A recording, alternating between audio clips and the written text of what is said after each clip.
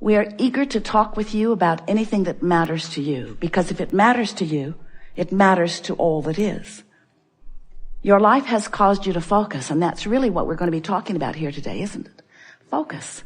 It's all about focus. It's all about what you are giving your attention to and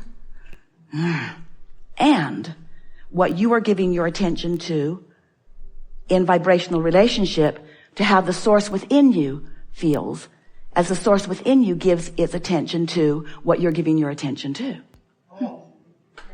What you're giving your attention to. We're glad you liked that. We like it too, because the source within you is giving its attention to what you are giving your attention to, but may have a different frequency or a different opinion about it. In other words, the source within you loves everyone you hate. We know it's annoying. Esther spends a little bit of time trying to convince us that we're wrong from time to time. Really, you may not know all of the details.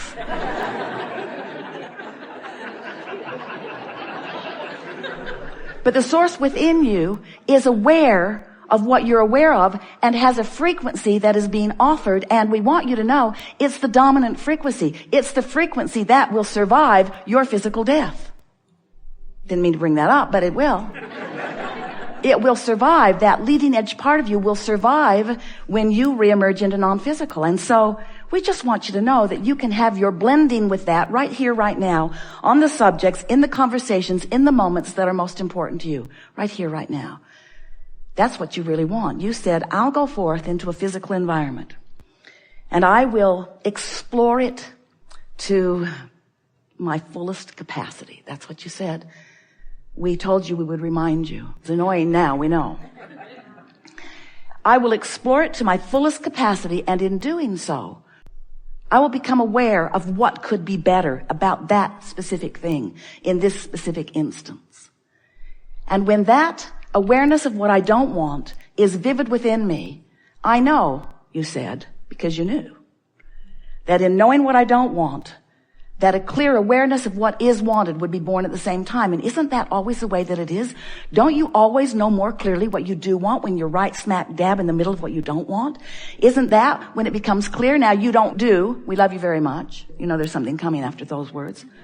We love you very much. You don't do a very good job of being a vibrational match to what you do want when you're just experiencing what you don't want, because what you don't want has your, in many cases, full attention.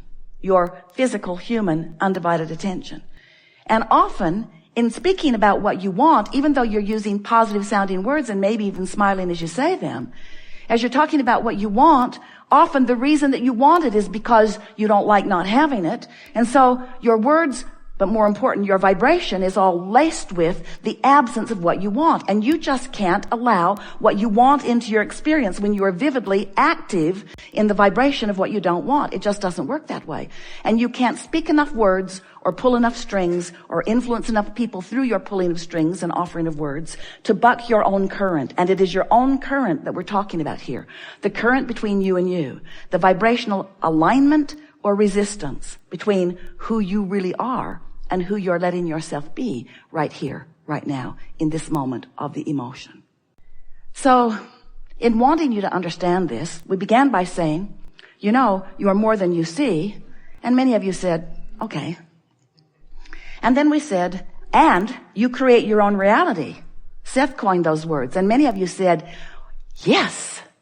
And then you said, yes. We create our own reality? That seems like responsibility.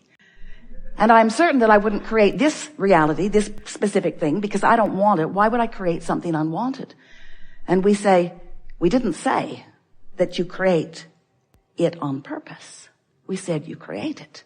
You create it by your attention, by your focus, by your vibrational stance, by your point of attraction. Because whatever you're giving your attention to has a vibrational frequency. And as you focus upon it, you offer that frequency. You become that frequency. It becomes your point of attraction. And law of attraction answers your point of attraction with other things like it. So when you're knowing what you don't want, law of attraction is saying, well, you might not like this too, here. Oh, you might not like this either, here. How's it going? Want some more? How about this? How about this? Now, the wonderful thing about that is, in knowing what you don't want, you're launching these rockets of what you do want. But the question that we want to put to you is, how long will it be once you've launched that rocket of desire before you become aware that you're not lined up with it and you make some effort to become a vibrational match to it? And that really is what the art of allowing is all about. It's about you allowing yourself to be a vibrational match, not just to what you want, but that's a big thing, but to who you have become as a result of wanting it. You're intense, which means you have strong wanting.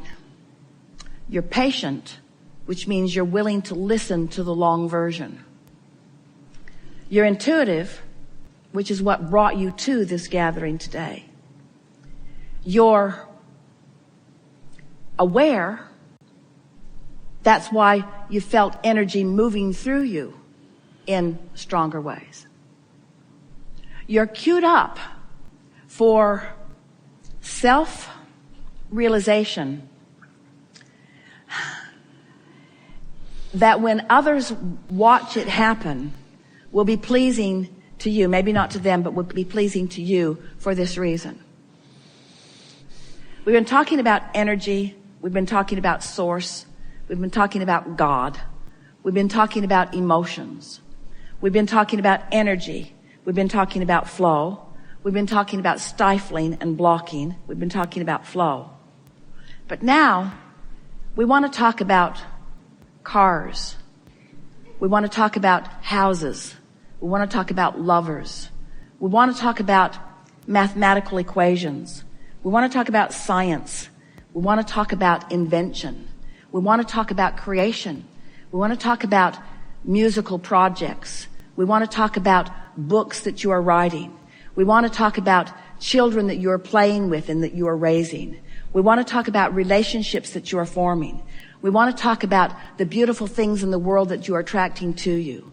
We want to talk about the things of this earth that you are focused upon. And we want you to find a way of integrating this vibrational, law-based, universal knowledge, of integrating it into the details of the things that are important to you. We want to talk about your influence in your team winning. We want to talk about your reveling in the choir that the kids at your school are singing.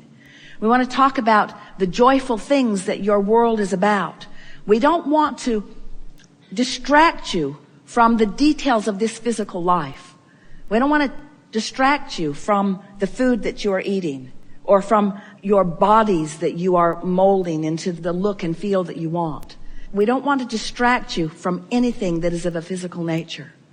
We just want you to look at the things that you are desiring and that are around you that are of a physical nature through the eyes of vibration, through the eyes of emotion, through the eyes of empowerment, from the eyes of assistance.